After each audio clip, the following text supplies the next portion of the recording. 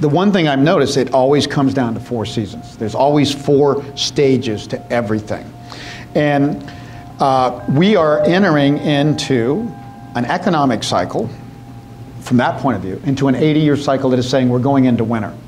We're going from a fall bubble boom, when the leaves turn red and yellow and blaze, into a winter where you harvest in the fall and you survive through winter and store up, and then that lays the ground for spring. It's that simple. This happens every 80 years, and in the past, used to happen every 60 years. The reason for that, real quickly, is we have in this graph, we show 2 booms and busts. Those are generational cycles about every 40 years. Mm-hmm. 2 of those equals 80 years. A boom, a bust, a boom, a bust. That's the blue line.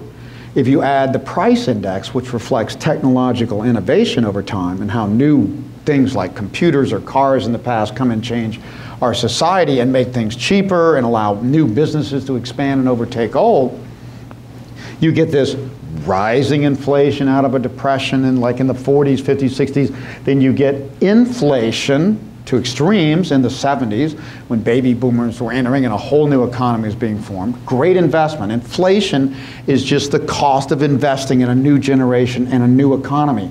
It's the investment now that pays off later. Inflation is seen as a negative thing by economists. It is a leading indicator of progress, and you go back hundreds and thousands of years, it's crystal clear. And how does inflation happen in a society? What are some of the factors? Well, in society, again, young people cause inflation. Now, why? Young people cost everything and produce nothing. Does that disturb anybody? Does that seem off? That's what they do. They're in a learning phase. The same time these young people are in college and school, they're generating new ideas, they're costing money, they are innovators and in cost. They're the investment in the future, the new young generation.